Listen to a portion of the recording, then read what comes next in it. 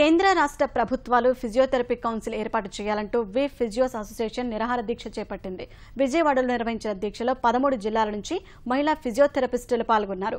ప్రభుత్వ medical council మాదిరిగానే ఫిజియోథెరపీకి కూడా కౌన్సిల్ ఏర్పాటు చేసి గుర్తింపు ఇవ్వాలని కోరారు. ప్రభుత్వ ఆసుపత్రులలో ఫిజియోథెరపిస్టుల పోస్టులు భర్తీ చేయాలని డిమాండ్ చేశారు.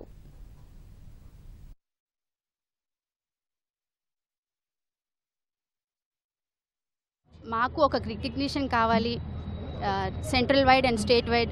మాకు గవర్నమెంట్ జాబ్స్, గవర్నమెంట్ రికగ్నిషన్ కావాలని, మా అందరికీ ఇండిపెండెంట్ కౌన్సిల్ కావాలి.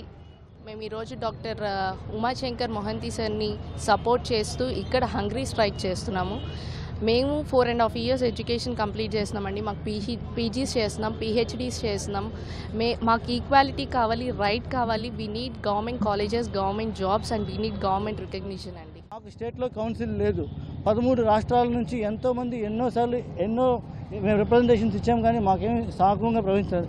ఎవరు గవర్నమెంట్ మాకు సపోర్ట్ చేయలేదు. బట్ మేము మొట్టమొదటిసారి మొన్న చంద్రబాబు నాయుడు గారిని, కామినేని శ్రీనివాస్ గారిని కలిసాము. వాళ్ళంతా కౌన్సిల్ ఇస్తానని చెప్పారు. 26 కాలేజెస్ ఉన్నాయండి. సంవత్సరానికి 13 మంది బయటకు వస్తున్నారు.